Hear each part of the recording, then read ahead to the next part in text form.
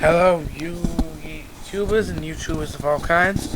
I'm coming at you today with my Geargia Karakuri deck profile.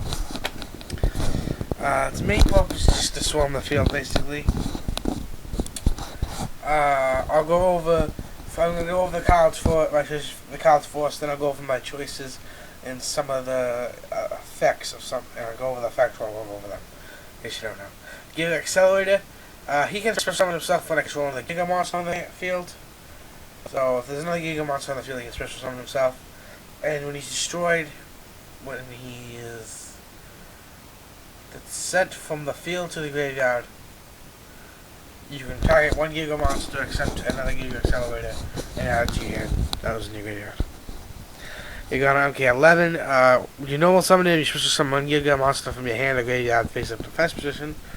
He's good to use with himself as kind of a tour guide to get Wing 3s and mains or Soul Silver Mountain, depending on the situation. Giga Armor, he's probably the most important piece of the deck. Once per turn, he can change himself in the face time defense position. When he's face up, you can add one Giga Monster from your deck to your hand, except for Giga Armor. So basically, you set him, he survives, you set him with like a bottomless destroys the monster. He survives, you flip him, you add a Giga Accelerator, and you got an instant Wing 4. And you still use a normal summon. 2 Giga Arsenals, it's 200 attack for each Giga Monster on the field. That includes himself, so he's automatic, basically 1700 attack. And you can tribute him to special summon 1 Giga Monster from your deck, except himself, in face of the defensive position. So mainly you just tribute him to summon another Giga Armor, which you flip. But occasionally I go for a tribute him to summon a Giga Accelerator, so I can go for the Boardman player to summon a Giga MK11, so I can overlay for a Wing 3. A 1-gen Accelerator Boardman. This card's really good. It's really good. I just don't like it at 2 because it can be dead, but when it goes off, it goes off. The main play you do with this is you set Giga Armor, and you have this in your hand. You activate Giga Armor, add Accelerator, special summon Accelerator, bounce Accelerator back to special summon Boardman, special summon Accelerator again because Giga Armor's still on the field, and then you just sync up and you end up getting a Boido, and a Quake would be the usual thing you'd go for. And you gotta draw 1 too. That'd be the eventuality thing. Okay, and then I play 1 Goaz, because Goaz is just too good. As you saw in my last video, he can win you games. Without Goaz, I would have totally lost that game. The problem I find with it though is you open up with Goaz and a Phoenix Chain, you got 1 dead card in your hand. You gotta decide which one you want to be dead. You have Goaz or your Phoenix Chain. And sometimes that's a tough decision. And in my Karakuri cards, I got 2 Nanishi, 2 Quake, 2 Sazan. Now I played Nanishi over Strategist because even though Strategist's ability to change the battle position and work out in the field is really good, I like Nanishi's ability to be able to normal summon extra Karakuri monster better, because sometimes it allows me to go for even bigger plays, like I have an Nanishi and a Sazan in my hand, and I have a Giga Armor set. I flip special summon Giga Accelerator, summon Nanishi, summon Sazan, and then I just go for all kinds of shenanigans. I play Kuwait because it's always fun to have a normal monster. That was good to have a normal monster to be able to special summon by the Karakuri effects. Plus, his effect is really good too. When he destroys opponent's monster by battle and sends to the graveyard, special summon select 1 level 4 or lower Karakuri monster in your graveyard, special summon it in face of defense position. So basically, you end your turn by special summon him as your last go through your synchro summoning, and then you attack over that monster, and then you get at main phase 2. You can go to a monster. You can either go to another Boido, another Boe. You can go for basically anything, as long as you have an Nishi and Sazan on your field. So it allows you an even extra synchro summon. Now the Machina archetype, whatever you want to call it. I want 2 Gear Frame, 2 Fortress, and 1 Cannon. This is highly used. I really like it, but the problem with 3 Gear Frame is you don't really need 3 Gear Frame, considering you can switch out Gear Frame with Gear Giant X, which I do a lot. So 3's kind of redundant, and 3 Fortress you don't really need because you can keep bringing them back pretty easily. And using Cannon, Monster Born, Call of the Haunted, then scouting 2 dead Giga Arsenals late game, something like that. Spells. Dark Hole, Heavy Storm, Limited Removal, Monster Reborn, Double MST, one pot of apples. Now, Cold and Heavy Storm and the MSTs and the Monster Reborn, I'm pretty sure are pretty obvious. Basically staples in basically any deck. And very helpful. Limited Removal I play because it can allow you to go for OTKs way quicker. Like, let's say, first turn they summon something, you like compulse it, and you just totally ruin their play, and they have nothing on the field.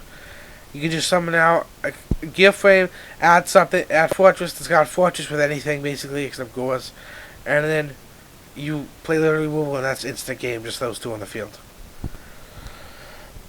And at the end of the phase, if you fail your instant game for some reason, say they have Battle Trader, it's not complete over game because you can attach Gear Frame to Fortress, and then Gear Frame's restored and you still have a Fortress. It's really helpful, it's really good, and it's really often playing for. Pot of Avarice is basically obvious too.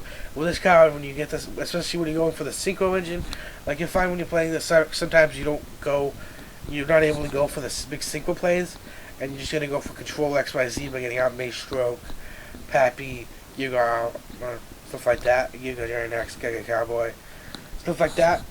And when you do that, you'll notice you won't get as many cards in the graveyard, but when you go for the Synchro plays, you'll easily get 5 cards in the graveyard real quick, and you summon Battle Avarice. If this card was at 3, I would definitely play it at 3. Same thing with the Liberal Removal. 2 Bottomless, just because Bottomless is a great card. It not only get rid of a monster when summoned as long as it's no more attack, but it banishes it. So that's even better than getting rid of it, putting it in the graveyard. Because when you banish the monster, it's not likely to come back. 2 Call Haunted, it's amazing because say first turn I had a whole hand. I had let's say an Anishi and a Giga Accelerated, and then a bunch of dead cards and Call Haunted. So first turn I was like, I'm gonna set Anishi, see what happens. There's a Call Haunted and Anishi. He destroys the Anishi. Okay, to main phase 2, I still haven't drawn anything good. I got a really dead hand, but I summoned Giga Accelerated. They called the Haunted with the Anishi, and then they got an instant rank 7. Stuff like that. Or to just bring back Fortress after you crash with Fortress, destroy something, bring back Fortress later. Compulsory Excavation Device. This card's just way too good. Force any monster back to a hand, and it's really good, especially with this XYZ format. It gets rid of basically anything. Fiendish Chain's really good too, because I always like Fiendish Chain more than Effect Veiler, because even though Effect Veiler is a hand trap, Fiendish Chain you can activate trap card, and it makes it so they cannot attack too. So it also has the positive effect, and basically, since most monsters you'll deal with nowadays are effect monsters, stop any attack that could eventually ruin your life points. And of course the Solemn Brigade. Even though I sometimes don't like paying half my life points, it's worth it if you use it at the right time. They just stop a monster reborn in a key situation. Now it's time for my extra deck. I don't have a side deck made yet. I'll go over the side deck when I make it. As a simple video. I have a Kaimatek. You see I don't play Cyber Dragon, but I have Kaimatek just in case somebody leads the Cyber Dragon in the field, or they side in Cyber Dragon against me and they summon it and they're not able to say, get off the Kaimatek, and then I can just go for it and just did the Cyber Dragon. 2 ways, pretty obvious. The Widows, also obvious. The Troya Landos. Now this card, I'm kind of on the banks between replacing this with Black Horse Dragon and keeping it as is. It's a really good card. The only problem is I don't play many spell cards. I only play 7 spell cards. So I have to find it dead when it's on the field. It's okay though, because you can, when I do use it, it's very helpful. And let's say I have an MST hanging around, it can win me the game. Scrap Dragon, of course, that's pretty obvious. It's pop one. And I like playing Scrap Dragon with Fiendish Chain, because you Fiendish Chain one of the monsters, then you eventually get Scrap Dragon out, and you just pop the Fiendish Chain and pop that monster, and it's not really, you're not really even popping anything worthwhile, you're just getting one of the cards you already used to stop that monster. But then I have Stardust Dragon. It's basically obvious for protection, stop a destruction effect. Geargia Cowboy, this card's amazing. It's attack position effect. Can make you attack over what do you call it? a bunch of stuff. You can crash with BLS. You can do basically anything. And its defense position effect makes it so you can. The defense position effect makes it so you can. All there was lag there, Bandy can't quit out. Its defense position effect makes it so you can. You can win for game. Like you attack with 2 level 4s, and you don't quite have game, but just 800 damage or 700 or something left, and you just overlay for game. Geargia X, I'd probably play him with 2 if I could. I'm just using this deck to mirror my real life deck, so if it was a premier deck, I'd probably take out Steel Storm March, Kyber Tech, and add in a second Geargia X and a Black Ship Core, but whatever. So, Geargia X, attach 1 add 1 level 4 machine time monsters from your deck and move it to your hand. That's basically anybody except Gores, Fortress, and Cannon. Maestroke is probably my favorite generic rank 4. Just amazing. He has safeguards himself, and he has the Book of Moon effect. It's just too broke, in my opinion. Soul Silver Mountain, I was gonna put in Leviathan, but Soul Silver Mountain's better, in my opinion, because it's one thing, you can stop him from playing a spell and shot card they have set. So let's see. Mirror Force, no, they can't use it. Also, when it destroys a monster by battle, it can special summon any Orth monster back. Oh, still has extra ready material. So I can summon back a Fortress, I can summon back a Tuner to go for a single, I can summon back a non-tuner if I already have a tuner. I can summon back Scrap Dragon, any of the Burrito, anything basically. Landos, Scrap Dragon, anything except Stardust and some of my Stardust goes in some of my expressions. I play Photon Pappy. Photon Pappy I think is amazing. I love using Photon Pappy's effect. Just late game, when you have the advantage and your opponent's falling behind, and they start setting cards just to stall out until they can get something going. And you just summon Photon Pappy, and you're like, no, you're not stalling out anymore, and then you just end up attacking for game. It's really good. And even though Black Supercorn has better in some aspects, I still like Pappy better, just because of the outlook. It's kind of not a good reason to pick a card in my effect, but it's why I pick it. I also play Soul Silver Mountain, I already explained. Steel Swarm Welch.